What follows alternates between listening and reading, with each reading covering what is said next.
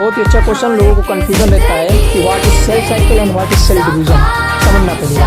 देखो cell cycle एक बहुत ही बड़ा ब्रॉड टर्म हो गया, बड़ा टर्म हो गया, जिसके अंदर तुम्हारा सेल डिवीजन आता है। कहने का मतलब देखो सेल साइकिल एक साइकिल होती है जिसमें सेल क्या करती है, ग्रोथ करती है ना, डीएनए को अपने रेप्लिकेट करती है ना, और उसमें बहुत सारे मेजर सेल के ऑर्गेनेल को सिंथेसिस करती है और बाद में डिवीजन कर देती है इनटू 2 डॉटर सेल। तो ये पूरा काम सेल साइकिल में आ जाता है ना। तो सेल साइकिल जो पढ़ते हो वो सेल साइकिल को 2 टर्म में डिवाइड किया जाता है, 2 फेज में।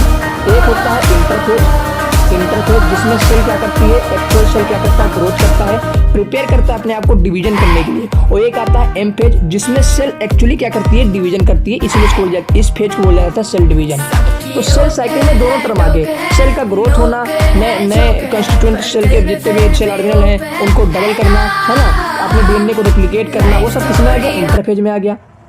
और इसके बाद में सेल क्या कर जाएगी, 2 डाटा सेल में डिवीजन कर जाएगी, वो आ जाता है एम फेज में। तो ये टोटल केस में आ जाते हैं, दोनों सेल साइकिल में आ जाते हैं। तो स्टेटमेंट पहला पढ़ो, assertion the sequence of event by which a cell duplicate अपने जीनोम यानी अपने डीएनए को रेप्लिकेट करता हो, अदर कंस्टिट्यूएंट सेल के बनाता हो एंड इवेंचुअली डिवाइड कर जाता हो, इस सब को बोला जाता है सेल साइकिल, ना कि सेल डिवीजन। तो ये हो गया गलत।